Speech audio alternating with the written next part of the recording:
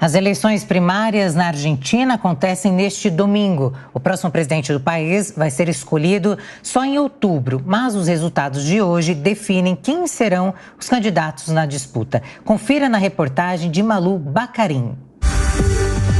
Em meio à alta da inflação e à grave crise econômica, a Argentina define quem participa da corrida presidencial em outubro. O atual chefe de Estado, Alberto Fernandes, não vai concorrer, assim como Maurício Macri e Cristina Kirchner, que foram presidentes da Argentina. As eleições deste final de semana são conhecidas como primárias abertas simultâneas e obrigatórias, ou simplesmente PASSO, e foram criadas em 2009 com o objetivo de diminuir o número de candidaturas na eleição. Mas as PASSO funcionam mais como um tipo de pesquisa eleitoral, já que as sondagens costumam errar muito. As primárias podem, por exemplo, definir a escolha de eleitores indecisos, afinal, o voto é obrigatório. Quase 30 candidatos participam das primárias para presidente. Do lado dos peronistas, grupo de centro-esquerda do governo atual, está o ministro da Economia, Sérgio Massa. O advogado assumiu o cargo em julho do ano passado e tem sido o principal interlocutor com o Fundo Monetário Internacional, com o qual a Argentina tem um programa de facilidades estendidas de mais de 40 bilhões de dólares.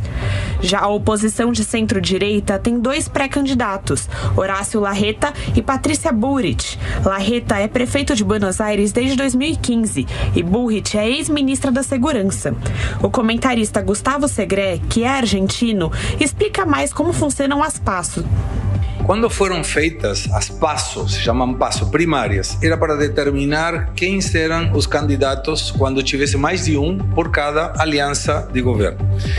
Claro, era uma opção interessante quando tivesse mais do que dois candidatos. Só que quem impôs isso foi o governo da Kirchner, o Néstor Kirchner e a esposa Cristina Fernández de Kirchner. E na realidade o que gerava era que se dissociasse a força da oposição. Por quê?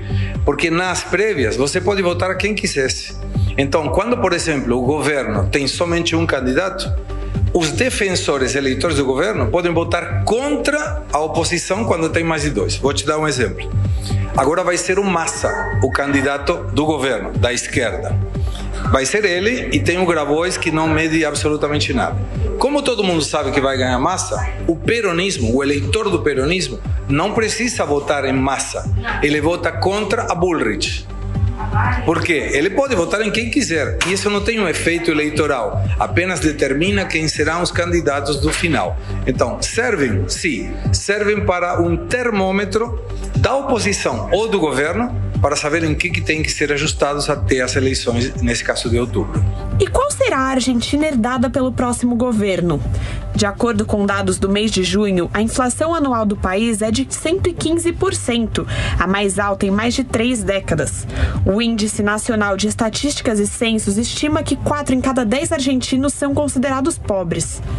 A Argentina é um caso muito particular, porque se você vê o candidato do peronismo hoje é do governo, é o atual ministro da Economia, com uma taxa de desemprego nas nuvens, uma inflação gigantesca, problemas de falta de dólares. E mesmo assim, a proposta de governo dele, ele olha na Câmara e diz: eu vou resolver os problemas argentinos. Mas grande parte dos problemas, você que criou.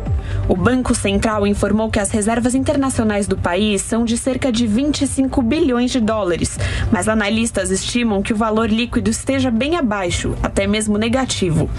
Gustavo Segre fala mais sobre a situação no país. A Argentina está pessimamente mal, os indicadores estão muito mal, tem mais de 50% de pobreza, 68% dos alunos do ensino médio, eles querem sair do país e 63% das crianças até 14 anos estão passando fome. Isso é uma situação gerada pelo populismo de esquerda do governo de Kirchner e Alberto Fernandes. A dúvida é como, com essa situação, entre 25% e 30% dos eleitores, eles continuam pensando que essa é a opção melhor para governar o país, quando essa posição fez um desastre na economia. E aí vem essa dependência eleitoreira que vemos em muitos países da América Latina, em que o governo distribui ajuda social em troca de voto. Na semana passada, o governo argentino anunciou que vai pagar um vencimento de 775 milhões de dólares ao Fundo Monetário Internacional, com um empréstimo feito do Catar. O crédito com os árabes deverá ser quitado com o que Buenos Aires espera receber do próprio FMI, depois que o fundo revisar o acordo entre os dois. Ou seja, o governo do presidente Alberto Fernandes tenta hipotecar a própria dívida. A Argentina pegou um empréstimo de 57 bilhões de dólares com o Fundo Monetário Internacional durante o governo anterior, de Maurício Macri. Ao assumir a presidência, Fernandes suspendeu a quitação de parcelas pendentes, renegociando-as em 2021 como um novo acordo de 44 bilhões de dólares. Para piorar a situação, as parcelas com FMI têm que ser pagas em dólares, que o país não tem suficiente. A moeda americana fica cada vez mais cara em relação ao peso. Roberto Mota, podemos dizer que é um ensaio geral que tem uma importância estratégica aí no cenário eleitoral. Mais uma chance que a Argentina tem de reencontrar o caminho da riqueza, da prosperidade, que o país conhecia muito bem. O país, no início do século XX, era um dos países mais ricos do mundo, acreditem você ou não. Na Europa se usava uma expressão que dizia: ele é rico como um argentino. E aí, no meio do século XX, a Argentina foi infectada pelo peronismo. Peronismo é uma ideologia política criada por Juan Domingo Perón, um caudilho argentino, que é uma mistura de esquerdismo com sindicalismo, com tinturas totalitárias. E aí aconteceu isso que o Gustavo Segré acabou de explicar. É uma sucessão de desastres econômicos e políticos, um atrás do outro. Eu acho que a grande esperança nessa eleição da Argentina é um nome que não foi mencionado, que é o do Javier Milei. É um candidato completamente fora do cenário, é um candidato libertário ou anarcocapitalista, que esse sim tem ideias completamente inovadoras e corretas para a Argentina. Vamos ver se a Argentina aproveita essa oportunidade. Pois é, né, Mota? E isso passa pela política, né? Essa mudança, essa guinada de rumos na economia, na sua opinião, passa pela política? Depende essencialmente da eleição que vai acontecer daqui a 2 meses?